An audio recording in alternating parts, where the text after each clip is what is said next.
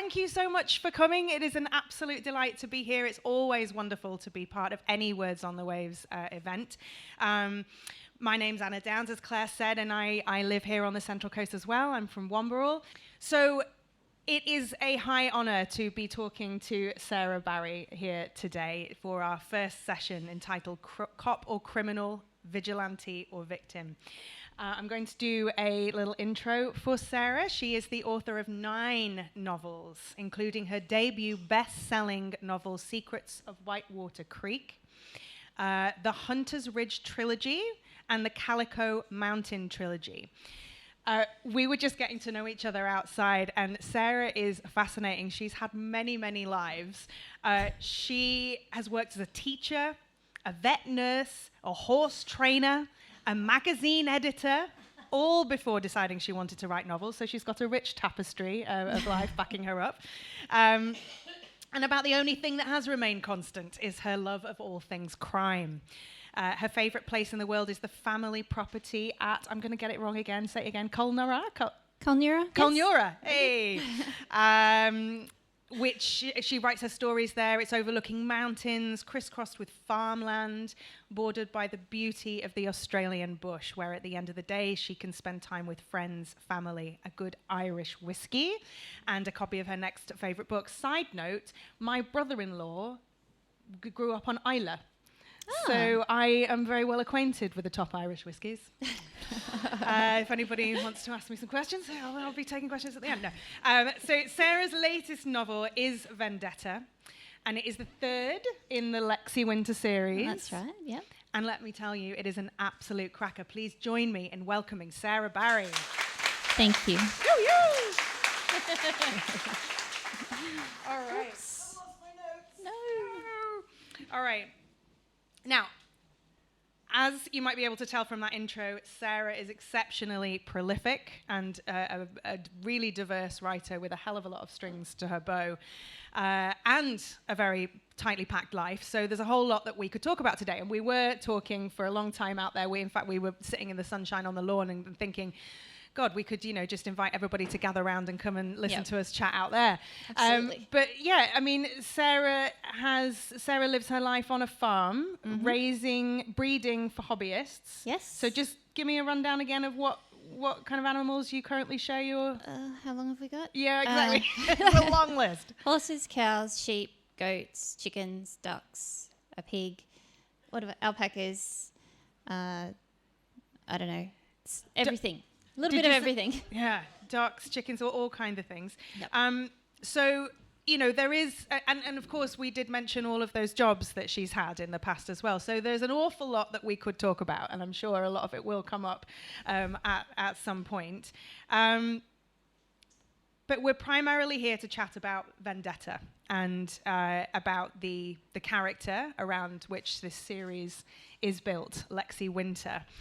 And I just want to say before we start talking about them that I really, really genuinely love them. Like this series is cracking. I don't know, this isn't a test, by the way, but how many of you have read Sarah Barrie's books? Oh, there's a big fan over there. That's lovely.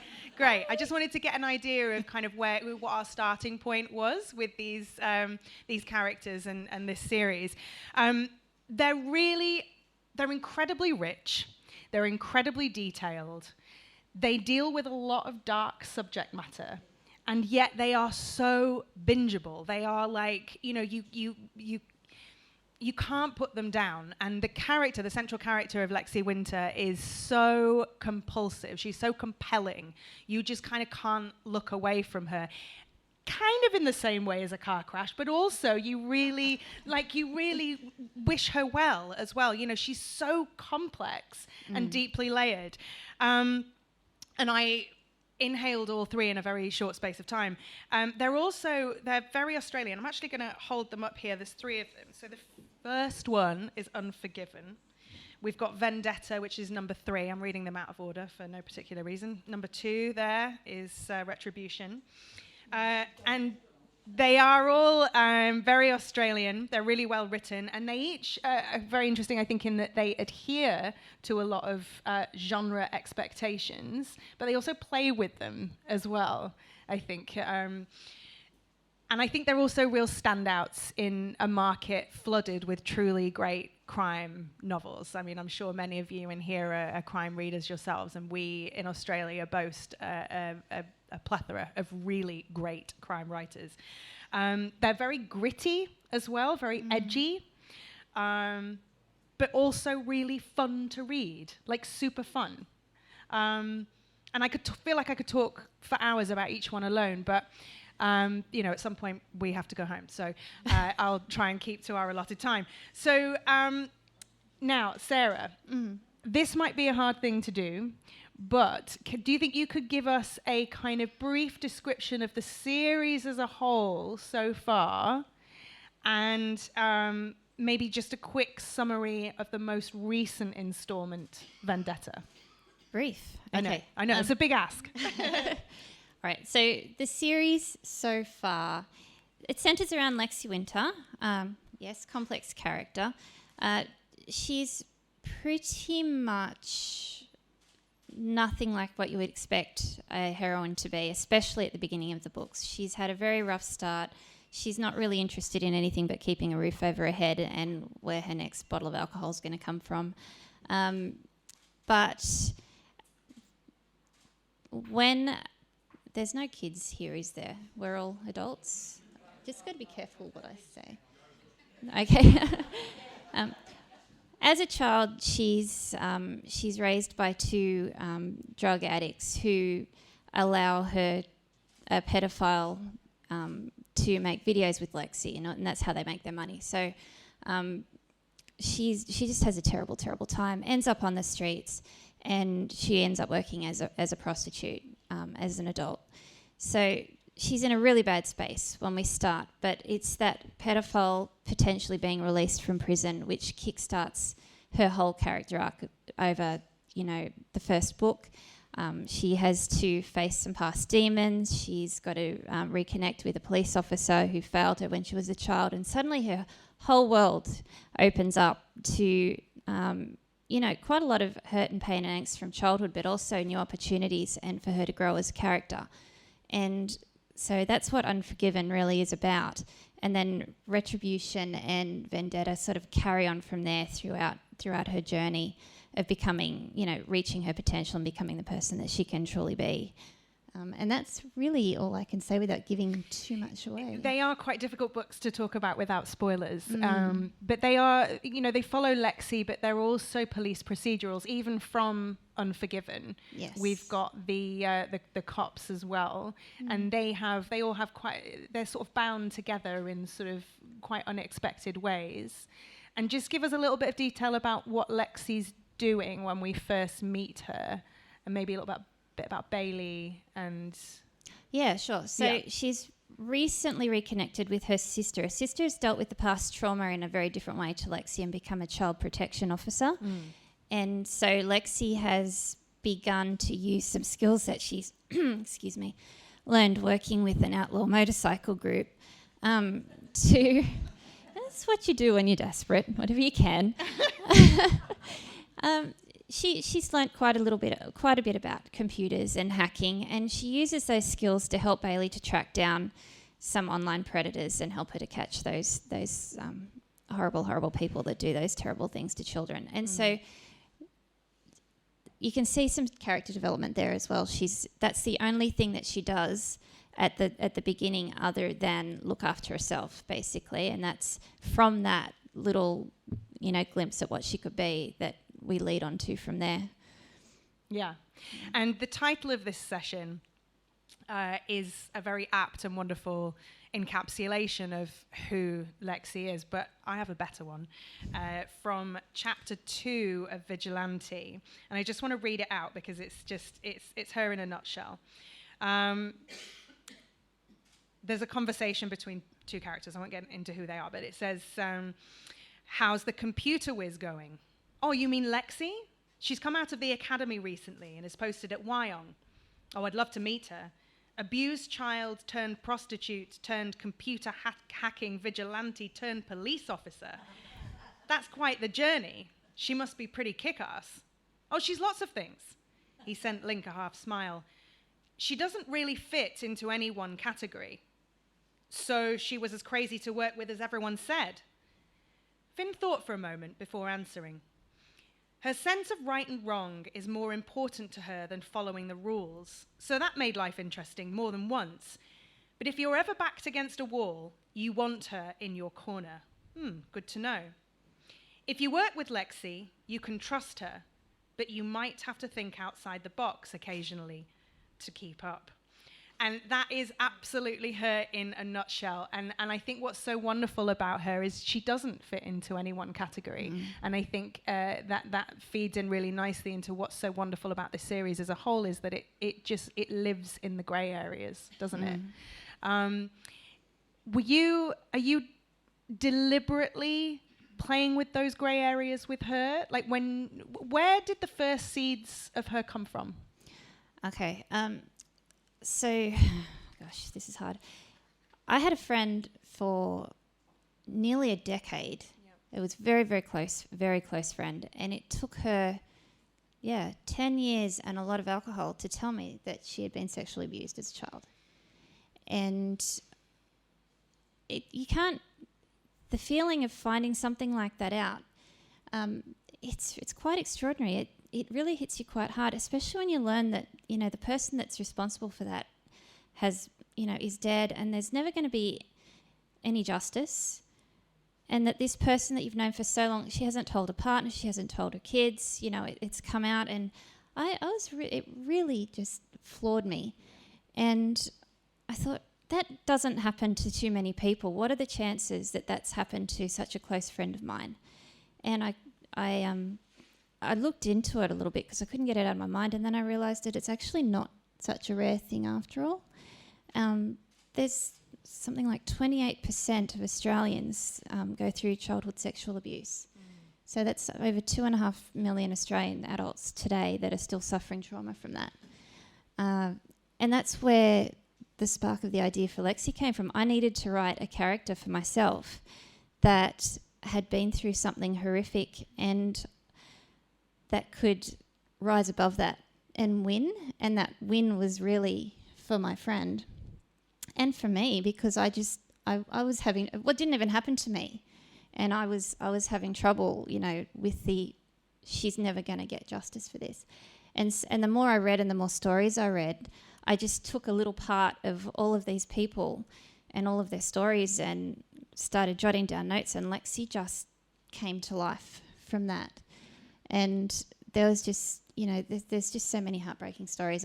I needed to craft a win in a novel to deal with that. And have her be a champion for, I think I heard you say this, or maybe read it in an interview, that you wanted to craft a character who was a champion for those people who we might all too readily judge, or about whose lives we might make particular assumptions. Absolutely. Yeah. And the traumas, the list is just endless. And this leads to this, leads to this, leads to this. And you can just look at someone and say, why would they do that? How could you be that sort of person? But then when you hear the backstory and you hear what they've been through, and your brain actually physically, structurally changes. Yeah. It's nothing. It's just, it's so horrible and it's so long lasting, the effects. But some people can overcome a lot of this, and they do every day. And with Unforgiven, initially it was going to be a standalone book. But what I realised was so many people came up to me and sent me messages and was so brave and came forward and said, thank you for writing this book. Amazing. And this has happened to me. And I loved reading it, and gave me, more information and more stories. And I realised that I needed to write more books because Lexi's journey hadn't finished. Yeah. I think what's, as we were saying about the grey areas, I think it's really interesting that a lot of crime writers do seem to be grappling with these grey areas at the moment. And a lot of readers seem really hungry for those kinds of stories as well, because Lexi as a character and her journey throughout this series really does, it reflects, I think, that, we're living in a sort of an age of reframe, where so much of what we thought was kind of binary, black and white, right and wrong, it's so much more complicated and nuanced than that, and it's a really befuddling, confusing time to live in. But Lexi, you know, she is a victim. But also, you know, what does a victim look like? And quite often a victim, you know, what we would like to see isn't always what we get. And so that can be quite confronting for us, right? So Lexi, she's a victim, but she is this really tough talking, you know, she's an alcoholic, she's a sex worker. I mean, do you want to maybe speak to that a little bit about how you're breaking down certain audience expectations? Well, I mean, certainly she is in that situation. Because she's had to be tough. You know, she's grown up on the street. You have to have that shell, that hard exterior.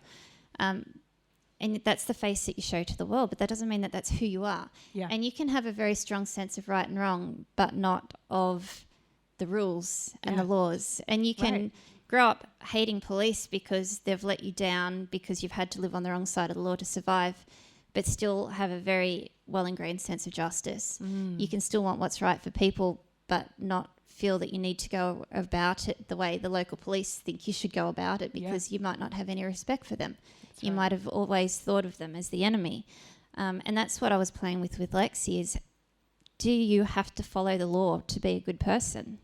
Well, not necessarily, or do you? And I've kind of tried to leave that up to the reader to decide when Lexi is doing some of these things and the way she's going about them, is there a greater good here? And at what point do we say the law is more important than justice? Yeah.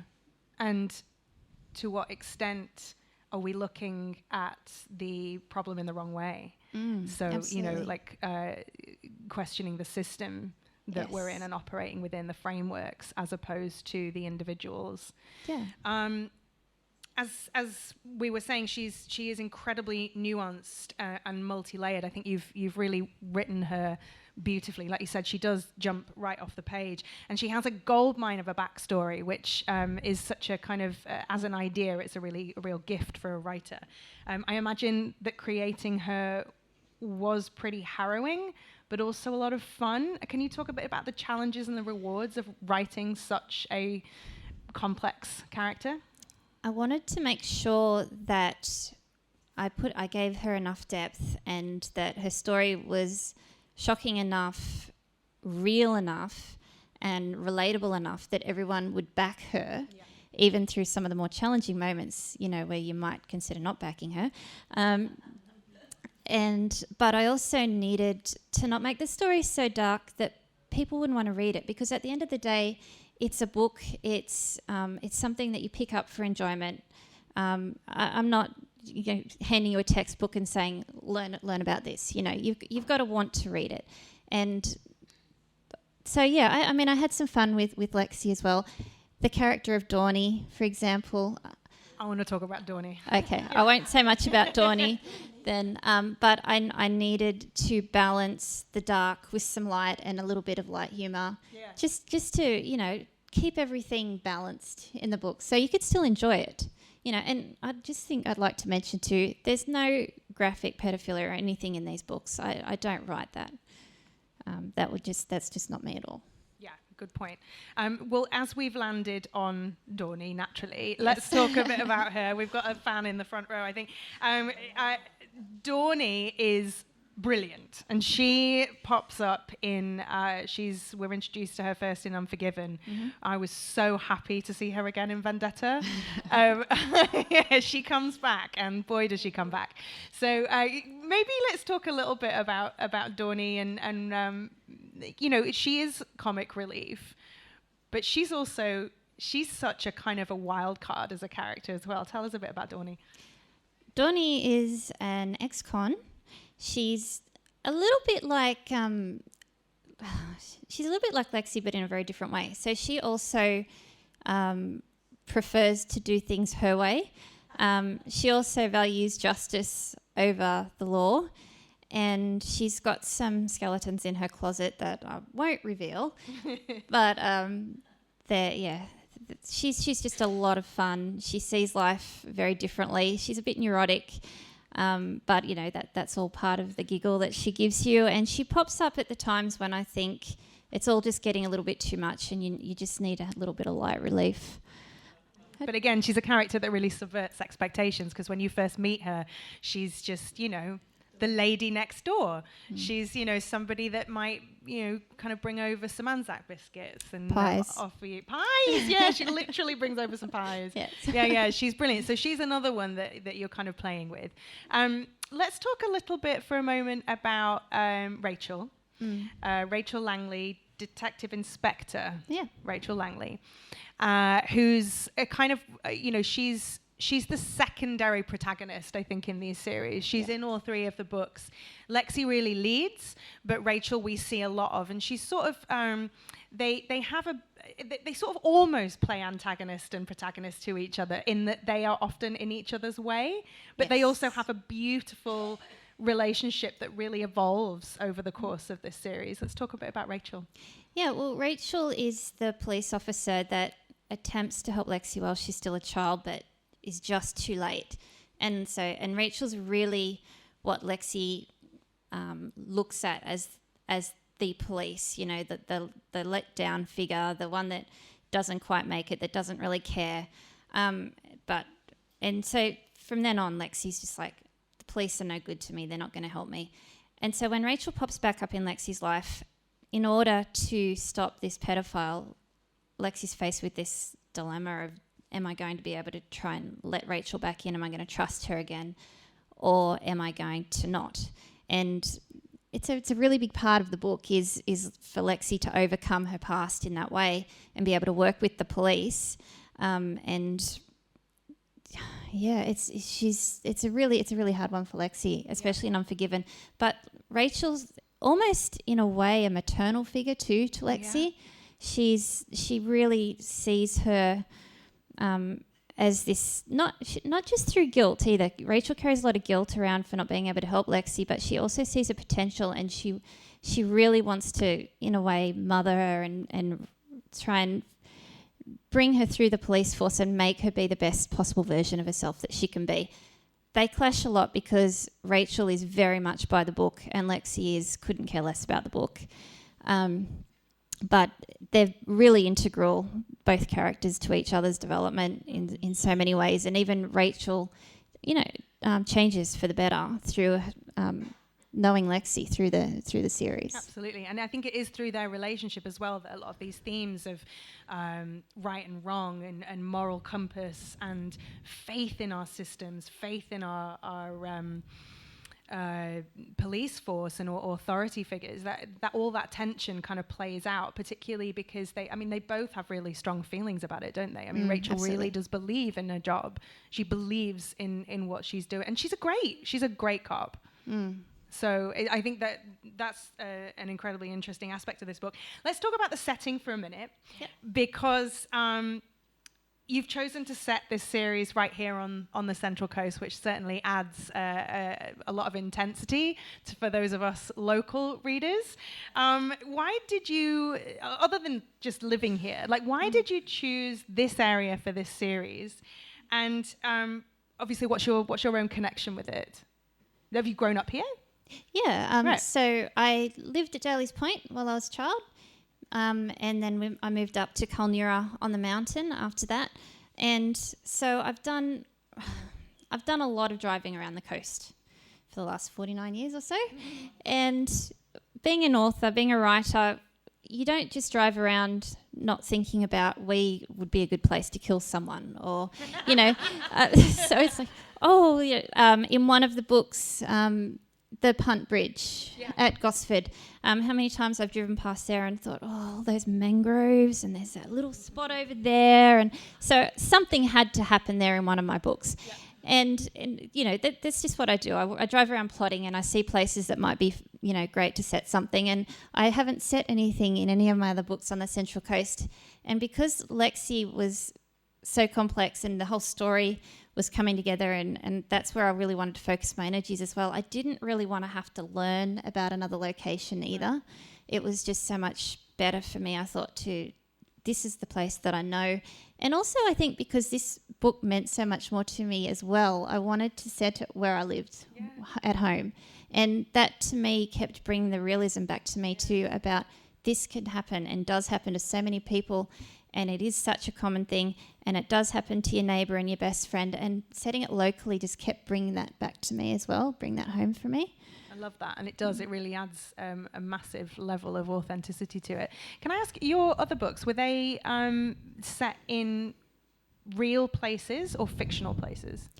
So they were set, I modelled them on real places but called them by different names. Okay. Yeah, so the Calico Mountain series, for example, is the Central Highlands of Tasmania. Ah. Yeah, but the lodge that I based everything around wasn't there, but the other towns in Tassie that I mentioned are all real. That's interesting. So with setting this series on the Central Coast, like what are the kind of advantages and disadvantages of setting a story in a real place where you know your readers are going to be like, well, that building is not there, it's over here. And Erina Creek does not have, X, Y, Z features. It's blah, blah, blah, blah, blah. Like, do you feel that you were hampered in any way by sticking to the realism? Or, or did you take any artistic license with anything? Or...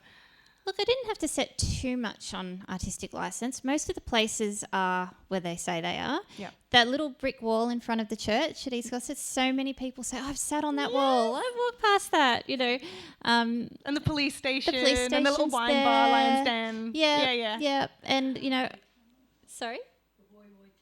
The Woy Woy Tunnel, yes. Yeah. And I knew a police officer that was working at Gosford, and I think I mentioned the lift and just little quirks like that, which being around here and knowing quite a lot of people that can give me these little hints and tips, and it can make it more authentic. And it was fun. It was, and where I have taken a little bit of artistic license, no one's pulled me up on it. I think everyone understands sometimes you need these plot devices, and they're really good. Although some people have said, I wish you hadn't set it here.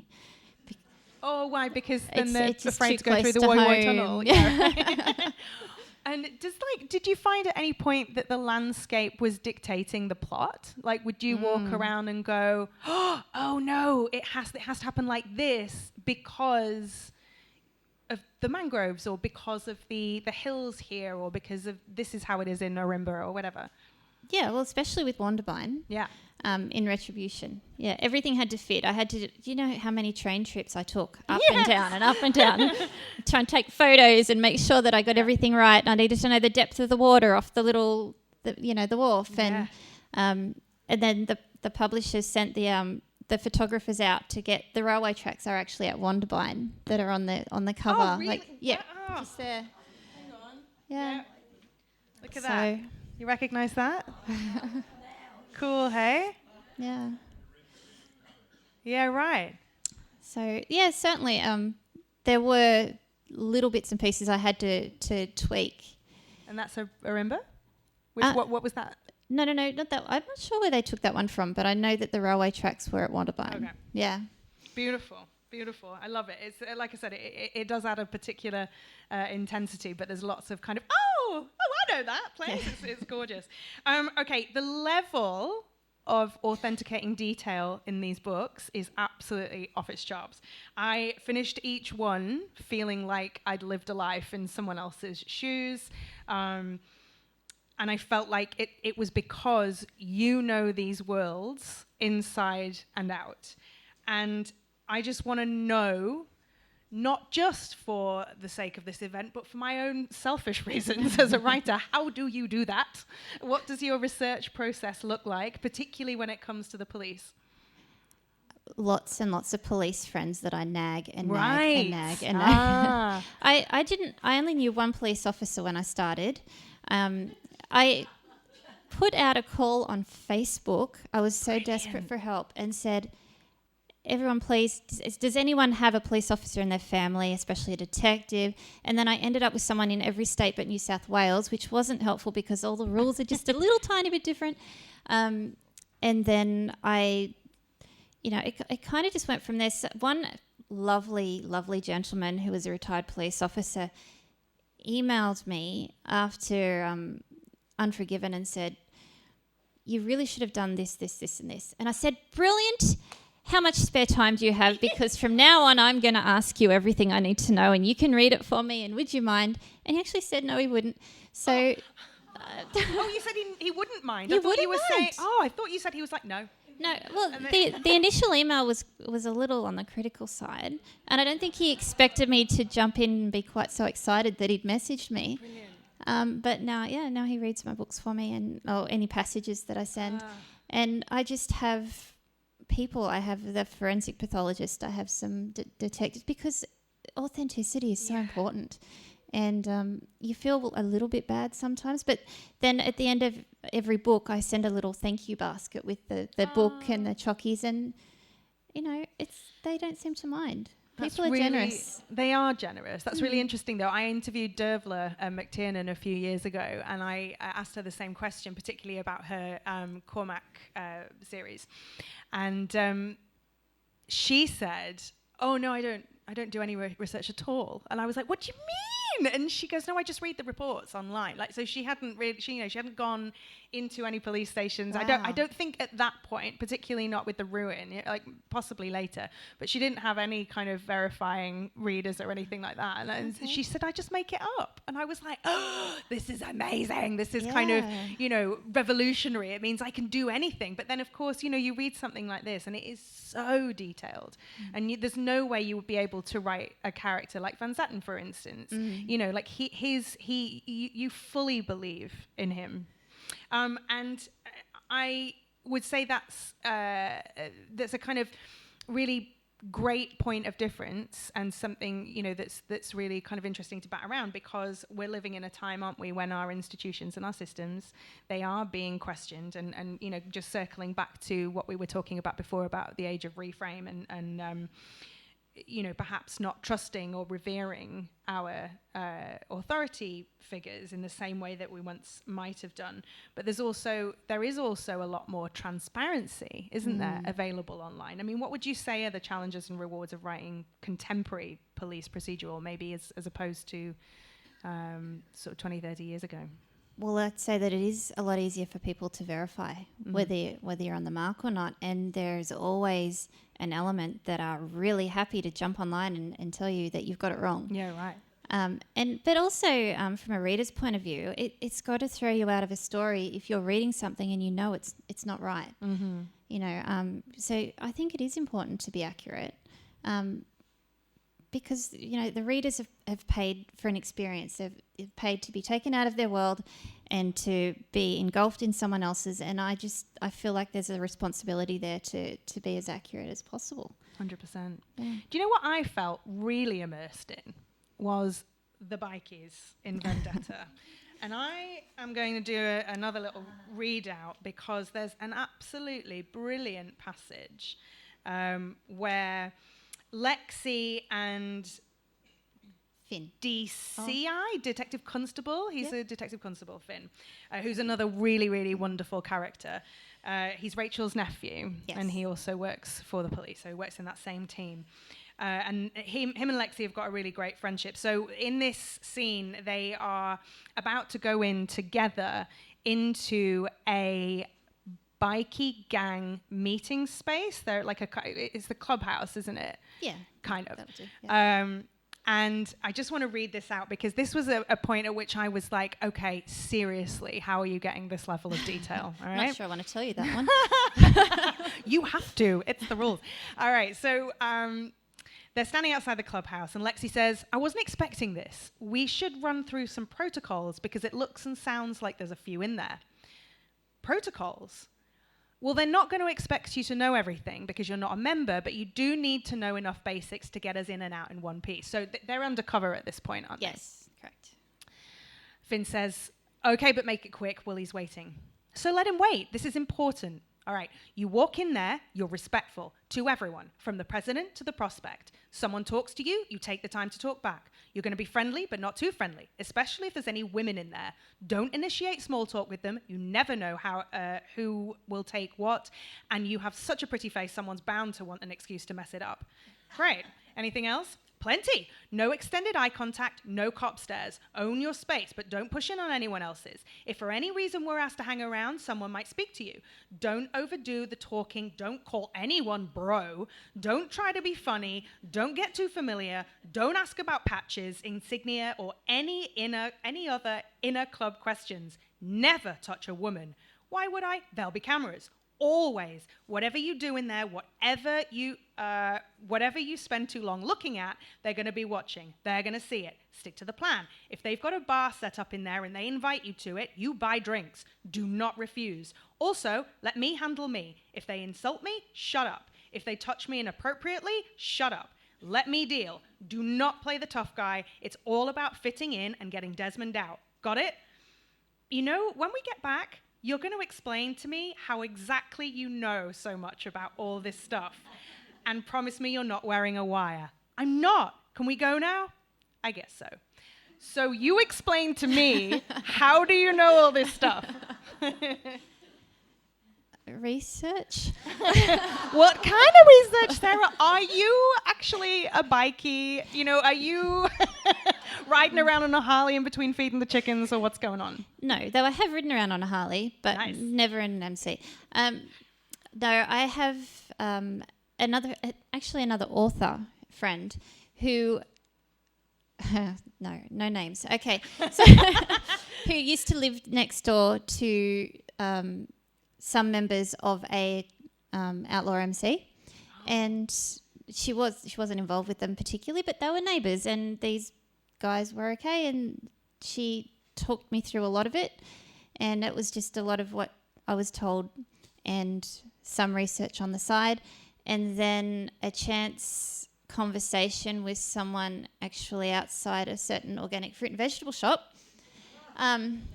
Which we will not name. Yeah, we will no name. And that led to just a little bit to verification of a few of those facts as well. So it was just little bits and pieces I pulled from everywhere, but no direct affiliation with any MC. No. I promise. And that's all we're saying about that. Okay, so there are, as we talked about earlier, there are a lot of trigger warnings in your books. So as we mentioned, there is child abuse, there's pedophilia, and there are physical violence, violence against women, to name but a few.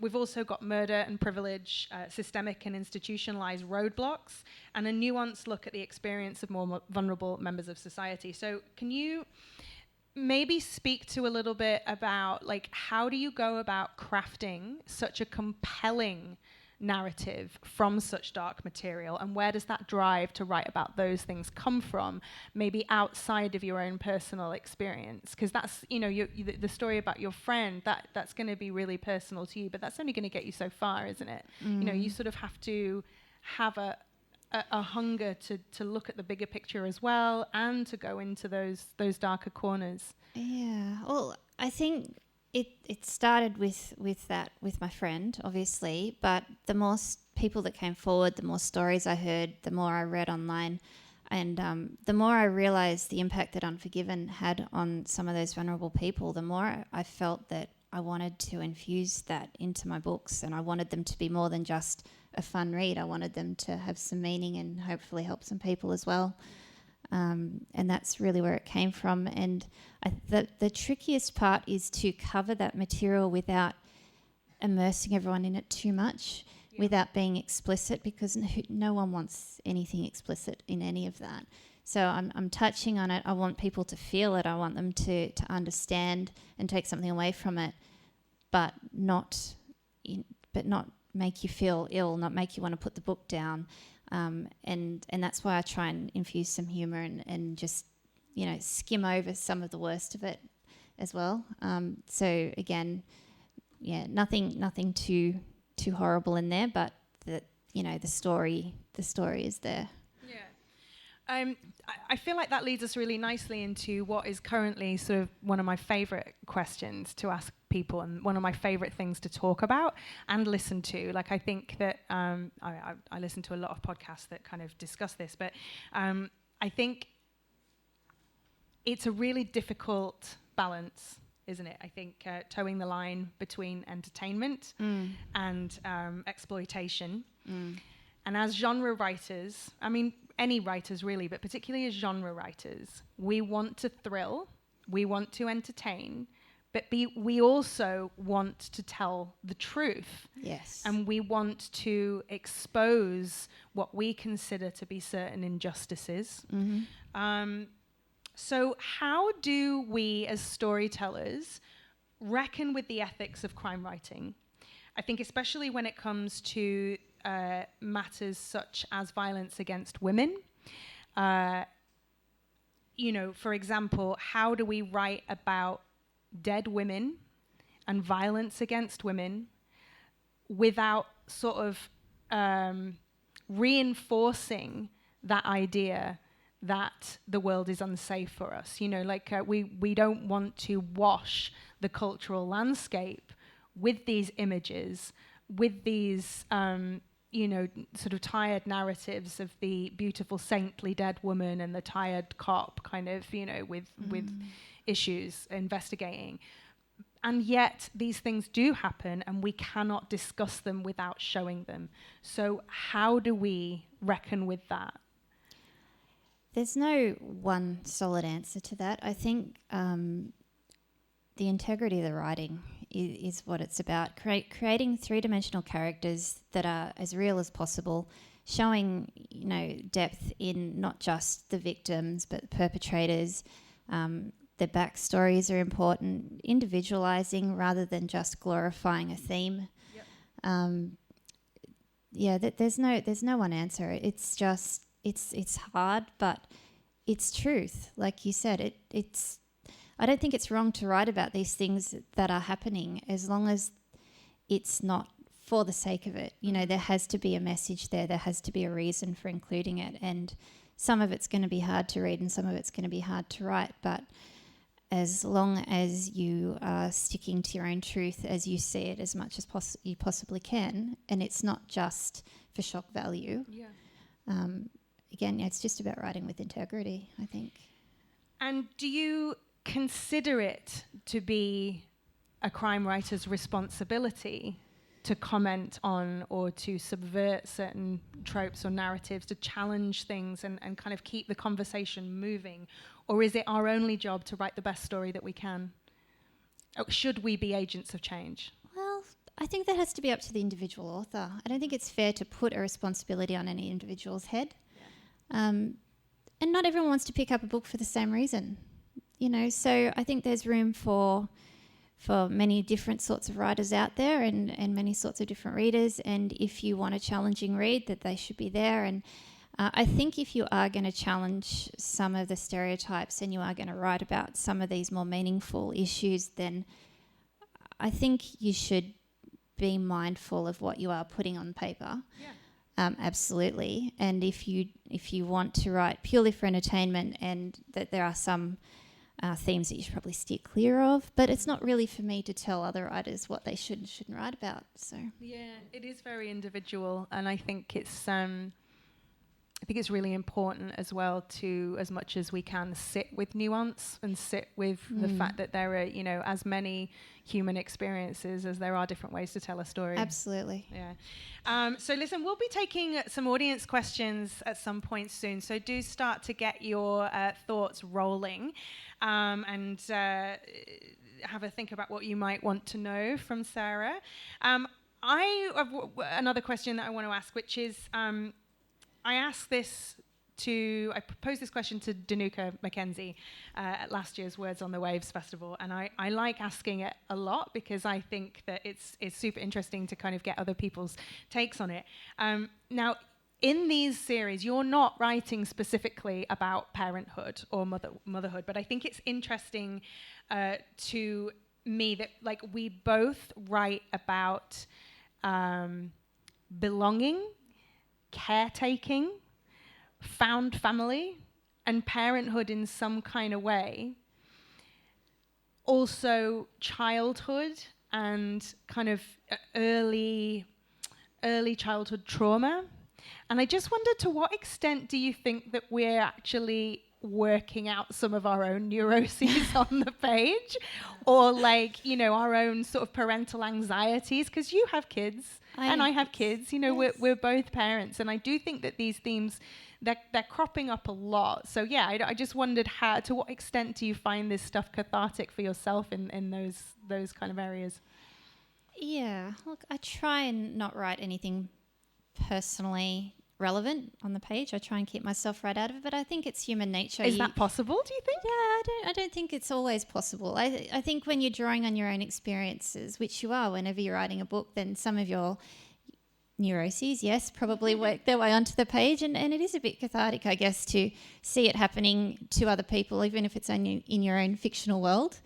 Yeah, for sure. And my husband will read my books and have a giggle sometimes and say, "Oh, that is so us," you know. And I might not have even realised that I've done it. So yeah, I guess so. Absolutely. Yeah, I'm not sure that, certainly for me anyway, I don't think it's possible for me to completely separate what I feel from what I'm putting down. I'm not a very objective person, though, generally. So just before we get to audience questions, can you let us know a little bit about what you're working on now and what might be next for Lexi? So book 4 is coming out later this year. Probably November, I would say. Exciting. And that should wrap Lexi up for a little while. It may not be the last book, still discussing that, but it's certainly, she's up against her archenemy, and you know there's going to be a lot of issues resolved in this book. So and you know there's been a question thrown at me time and time again about a possible resolution of relationships and what way they're going to go, and I've had Team Xanders and Team Fens and all sorts of things, so I've played with that a little bit. So That's fun. yeah. At what point do you know that it either is or it's not going to be the last book? Well, every book's been going to be the last book in this series. Really? Yeah, but this will bring her through to a certain resolution, and then it's whether we start another series with Lexi in it or not, another stage. But I'm working on a standalone book at the moment, something new. So another crime novel. So that's certainly going to be next. Ah, that's wonderful. I was talking to Sarah Bailey the other day, and she just wrapped up her series, her Gemma Woodstock series, and she was saying that it very much got to a natural place. It kind of drew to a natural conclusion where almost, as you say, Gemma kind of came full circle with something and ended up in the same place as she was before. So it was kind of nice bookend. Do you feel like that's happening with Lexi currently? I do. It's like, how much more am I going to put her through? Oh, Seriously. right. Yeah, right. But yeah, her character arc certainly has come to a certain point at the end of book 4 where I think, she can have a breather now, you know. Nice. Well, I am also going to take a breather, and I'm going to let you guys ask some questions. Having said that, that is not, there's no pressure. I mean, I have material that could take us into the next week if I needed to. So if there are no questions, that's great. But if there are, please do raise your hand. We've got some volunteers roaming around the room. There's a gentleman at the back here. So we've got some microphones. How long did it take you to write your last book, and what sort of routine during the days, weeks and months to get from the start to the finish? All right, so I write a book a year. Usually editing the last book, writing this one and publicising another one at the same time. So I don't really have a routine because we also have an orchid nursery and a farm full of animals, and it depends on what time of the year we're at. I've also got 2 kids. The school is 40 minutes away, so twice a day. It's really busy for me, so I just have to fit in writing around everything else I'm doing. Some days I'll get a full morning, sort of 9 till 12:30 to write. Other times I have to wait till everyone sort of shuts up and goes to bed, and then I'll, work late into the night. But I don't have this perfect author life routine going. I think being a mum, you would understand. It doesn't exist. No, it doesn't. It's writing around everything else that's going on, for sure. Yeah. We've got another couple of people raising their hands at the back there. If we could get some microphones back there. Thank you. I'll say from the outside, I haven't read your books. When you set out to create the character of Lexi, did you see her occupying like 3, 4, 5, 6 novels, and is her character arc developing with that period of time, or does she remain frozen in time over the various books that you'll write with her? Now, when I finished Unforgiven, I realised that there was still a long way Lexi had to come. You know, she had overcome one obstacle, but all my research throughout Unforgiven had shown me that you just don't recover from something like she's gone through in the course of one book. And the more feedback I got from people that have been through, not particularly that, but similar experiences, and they gave me more ideas and more content, and so then I went into the next one and I would tackle that, and like that was something else that she had to get over. And honestly, I mean, I could write 6 more books as well, but she certainly hasn't remained stagnant in her position at all. She's growing the whole way through the books, and that's why at the end of book 4 I think she's come far enough that we can see that she's not the same person that she was, and that she's at a point now where she can continue to grow from there. Can I just ask you about the original friend who was the catalyst for writing this series? And she, I imagine, would be aware that this was the case, that her story resulted in your writing these books. Mm-hmm. And does she see herself as writing her life as sort of as Lexi does? Does she see herself, sorting out what happened to her and growing from those experiences, through your writing? Yeah, I've very much steered clear of anything like particularly in her life, other than taking the character that has been sexually abused as a child. Other than that, it is not this person's life. But she's read all the books. She's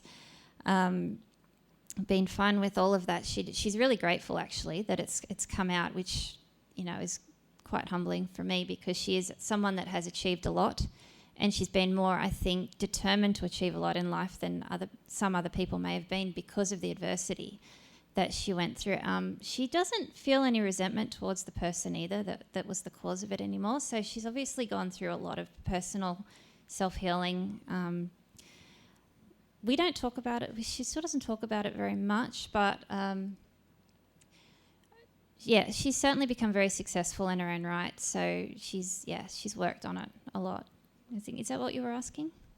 Yeah. I think it raises kind of interesting questions about why do we write things like that, particularly, and also how the idea evolves as well, I guess, from a point at which you heard a close friend, someone you really care about,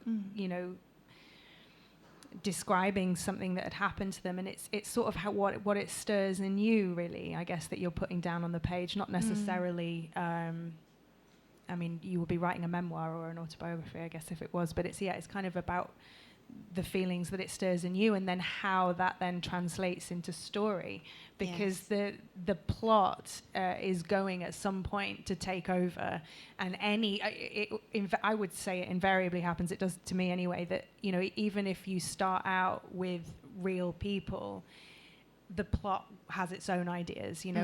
By necessity of a growing narrative, you kind of have to jettison most personal things, don't you? Yeah, totally. Yes. Yeah.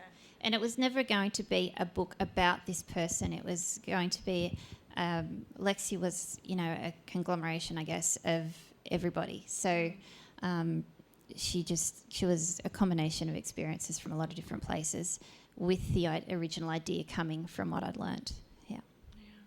Do we have any other questions? Yes, lady at the back there. Thank you for today. As you're tending your orchids and your farm animals, do you let go of Lexi and the people in your book? I think they're always in the back of your mind when you're writing a book. It's there. It's churning away. Lexi is probably the biggest character I've ever written in terms of taking up most of my time. I've really, I suppose because I've been writing her for so long as well, but she's also meant more to me than any of the other characters for all of the reasons we've discussed. So she's been in the back of my mind a lot, and actually having to write a standalone after all this time, it's really hard because I want to say that the homicide unit, for example, in this next book, it's like, no, but it's Lexi and it's Finn and it's Rachel, and how can there be anybody else? Yeah. They really gel with you. So working away, maybe feeding horses or whatever, I've still got this I wonder if this could happen. And then I'll stop and I'll get my voice recorder on my phone and I might, just talk into that because inevitably you forget later. But ideas pop up all over the place, so I don't think it's too far away ever. Are you going to miss her if you put her to bed? That's why I'm not totally sure I'm going to put her to bed. Can't let go. I think we might have, we've got 5 minutes. We might have time for one more. We've got lady at the front here. Your novels to date have all been crime novels, I believe? No, I've started out in romantic suspense. Ah, right. Yes. Right. I wanted to, I've always loved crime. I had no idea how to get a novel published, and I had another friend, an author who was writing romance, and she suggested because they have competitions, that I write a book for a competition because they give you lots of feedback, and if you're successful, then that's a lead into publishing. So I thought, what the heck? And I wrote a little romance and submitted it, and it got published. But Harlequin was the publisher, and of course they traditionally have been romance novels, and they said, what else have you got? So I had a crime novel that I'd written that I turned into a romantic suspense, and that was Secrets of Whitewater Creek. So they published that, and they said, well, how about you do 3 more for us? And then they said, how about you do 3 more for us? And then they got the HQ imprint, which opened everything up because suddenly there didn't need to be romance anymore. So I said, I want to write a crime novel. So that's where I got my chance to do that, and that's when, I wrote Unforgiven. Right. So now that you're in crime, can you see, will you continue in crime, or do you think you'll explore other genres as well? For now, I'm really loving crime. It's what I've always wanted to write, so certainly a lot more of those in my future, I hope. Just a very quick question. Have any of the streamers optioned the books? Because it sounds like a great character for a crime series. Oh, thank you. Can't comment on that at the moment. Maybe not. Maybe not. Oh my God. All right, we'll watch this space. Listen, I think we're going to have to wrap up now, but I just want to thank each and every one of you for coming today. It really means a lot to us, particularly your thoughtful questions and your enthusiastic responses. Both Sarah and I would love to thank Words on the Waves, all the team, Claire, Benny, Mandy, and to all our fantastic volunteers. And I want to thank Sarah for being so open with us today, and for your wonderful writing, for your fantastic insight. It's been a real pleasure and a real honor to talk to you today. Thank you very much. And you, Anna, thank you. Thank you so much, guys. Thank you.